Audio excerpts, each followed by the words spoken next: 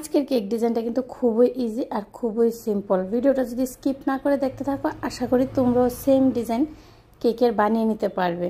তো ভিডিওটা স্কিপ না করে দেখতে থাকো। আজকের কেকের ডিজাইনটা আমি কিভাবে বানিয়েছি, তো শুধু ডিজাইনটাই আমি তোমাদের সাথে শেয়ার করেছি। ক্রিমটা কিন্তু আমি আগেই সেট করে নিয়েছি আর ভালো করে ফিনিশিং দিয়ে দিয়েছি।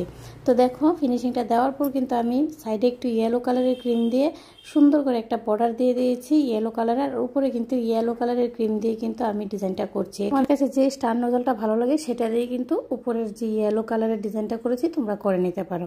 তারপর কিন্তু আমি ফ্লাওয়ারে চলে এলাম। তো আশা করি তোমরা বুঝতে পারছো আমি কীভাবে ফ্লাওয়ারটা বানাচ্ছি। রোজ নজল দিয়ে বানাচ্ছি।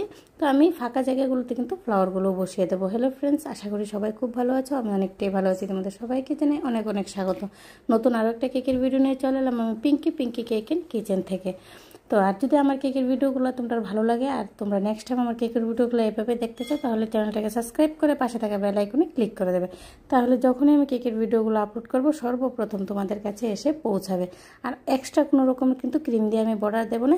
বাকি সবটা ডিজাইন কিন্তু আমি সুগার বলের সাহায্যে করে দেবো। আর অনেক রকমের কালারফুল সুগার বল কিন্তু আমি এখানে ইউজ করব।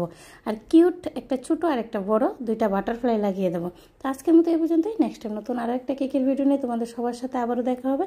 সবাই খুব ভালো থেকো, সুস্থ থেকো আর অনেক অনেক আনন্দ থেকো। আর আমার কেকের ভিডিওটা পুরোটা দেখার জন্য তোমাদের সকলকে জানাই অসংখ্য অসংখ্য ধন্যবাদ। রাধে রাধে ফ্রেন্ডস, সবাই খুব ভালো থেকো।